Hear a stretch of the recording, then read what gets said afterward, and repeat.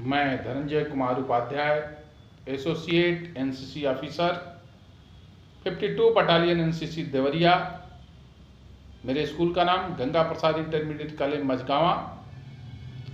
आज हम लोग डिजिटल क्लास के अंतर्गत जो आज 5वां टॉपिक है वह है digital India. Digital India Bharat सरकार की एक पहल है जिसके तहत सरकारी विभागों को देश की जनता से जोड़ना है।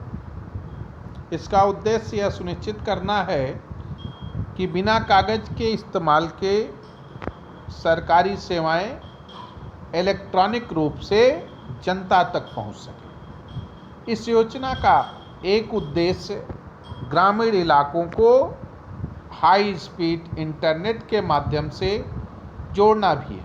यह अभियान भारत के प्रधानमंत्री श्री नरेंद्र दामोदर दास मोदी द्वारा 1 जुलाई 2015 को शुरू हुआ। डिजिटल इंडिया के 3 घटक हैं।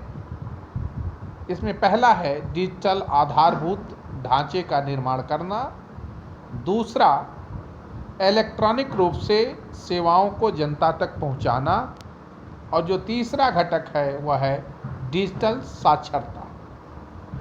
यह योजना मोदी प्रशासन की टॉप प्राथमिकता वाली परियोजनाओं में से एक है।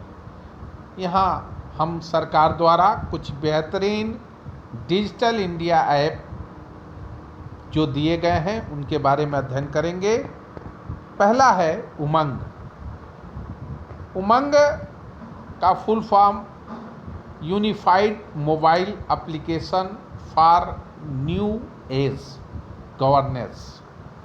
यह app CBSE, AICTE, NCERT, MoHUPA, PMKVY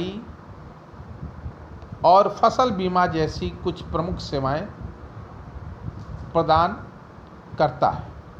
दूसरा है PMO इंडिया। यह भारतीय प्रधानमंत्री कार्यालय की एक आधिकारिक ऐप है। इस ऐप के माध्यम से आप प्रधानमंत्री कार्यालय से संबंधित सभी नवीनतम जानकारी, समाचार अपडेट और अन्य समाचारों से आसानी से अपडेट हो सकते हैं। तीसरा है Bhim, making India cashless, Bharat interface for money.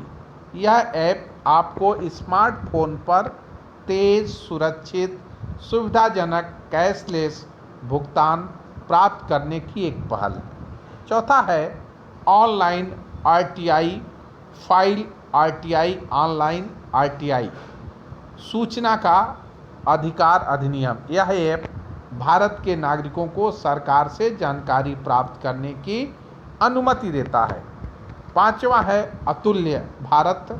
अतुल्य भारत ऐप पर्यटन मंत्रालय की एक ऐप है जो अंतर्राष्ट्रीय और घरेलू पर्यटकों को पर्यटन मंत्रालय द्वारा मान्यता प्राप्त पर्यटन के बारे में जानकारी जानने के लिए प्रोत्साहित करती है। छठा है यम आधार। यह app unique identification authority of India द्वारा लॉन्च किया गया है। इसका मकसद भारत के नागरिकों को अपने आधार कार्ड से जुड़ी जानकारी जैसे नाम, जन्म तिथि, लिंग और पता के साथ एक फोटो के साथ एक प्लेटफॉर्म उपलब्ध कराना है। सातवां है नरेंद्र मोदी। यह ऐप सीधे प्रधानमंत्री नरेंद्र मोदी से संदेश और ईमेल प्राप्त करने का अवसर प्रदान करता है। पांचवा है यम पासपोर्ट सेवा। यह ऐप भारत सरकार के विदेश मंत्रालय के पासपोर्ट और वीज़ा प्रभाग द्वारा विकसित किया गया है। नौवां है डिजी लॉकर, एक सरल और सुरक्षित दस्तावेज वॉलेट। डिजी लॉकर भारत सरकार के इलेक्ट्रॉनिक और सूचना प्रौद्योगिकी मंत्रालय द्वारा विकसित एक सरल और सुरक्षित दस्तावेज वॉलेट है। और 10वां है माई गोव। यह ऐप एक नागरिक के लिए भारत सरकार की अभिनव योजना है, जो सीधे उसके विचारों, केंद्रीय मंत्रालयों और उनसे संबंधित संगठनों को सुझाव देकर शासन में भाग लेता है। इस प्रकार हम देखते हैं कि डिजिटल इंडिया के तहत ये सारे ऐप कहीं न कहीं मनुष्य को जागरूक बनाने के लिए और मनुष्य में समय के सदुपयोग करने की प्रवृत्ति को विकसित करने के लिए ये बना है। ये सारी चीज़ें बिना कागज के प्रयोग के त्वरित गति से सूचना प्राप्त करने का एक क्रांतिकारी कदम है और इसके लिए सभी भारतीय नागरिकों को शिक्षित होना आवश्यक है और उनको ये सारी सुविधाएं तभी मिल सकती हैं जब वह शिक्षित हों, उनके पास स्मार्टफोन हो, जिसके माध्यम से वो सारी सूचनाएं चंद मिनटों में प्राप्त कर सकते हैं और यह सूचना सीधे उनको देश से गांव तक पहुंचने में सुविधाजनक हो। आज का क्लास यही समाप्त होता है। अगले क्लास में हम पुनः मिलेंगे। जय हिंद।